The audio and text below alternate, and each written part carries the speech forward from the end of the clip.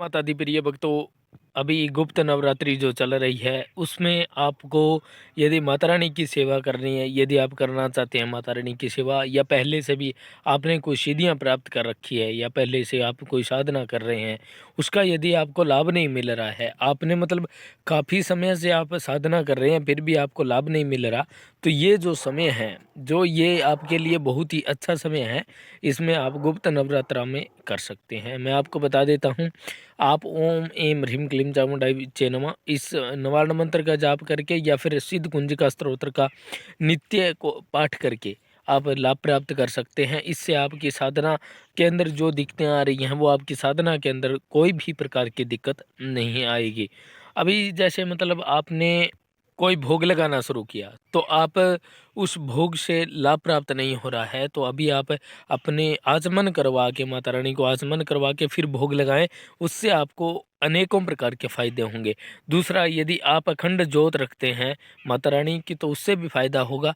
और जब अष्टमी या नवमी के दिन आप हवन करवाते हैं किसी ब्राह्मण के द्वारा, तो उसमें जो आपने दशांश तर्पण मार्जन करवा के फिर हवन करवाएं और उसमें आहुतियाँ डाल दें, उससे आपको फ़ायदा होगा। यदि आप काली माता की सिद्धि करना चाहते हैं तो उनका तेल का दीपक लगाएं। यदि दुर्गा माता की कर रहे हैं तो उनका घी का दीपक लगाएं। अपनी कुल देवी का लगा सकते हैं अपने पिलिंडे पे। पिलिंडा यदि आप नहीं जानते हैं तो आपको मैं बता देता हूँ, जहाँ आप घड़े रखते हैं अपने पानी के, वहाँ आप माता रानी का, आपकी कुल देवी का भोग लगा सकते हैं। उससे आपको अनेकों प्रकार के फायदे होंगे। मैं आपको बता देता हूँ कुल देवी का भोग कैसे लगाएं। एक कंडा लीजिए, कंडा आप जानते होंगे, अग्नि के अंदर जो गोसा होता है, थेपड़ी होती है, अलग अलग देश की अलग अलग भाषा, मतलब अलग अलग क्षेत्र की अलग अलग भाषाएं होती हैं।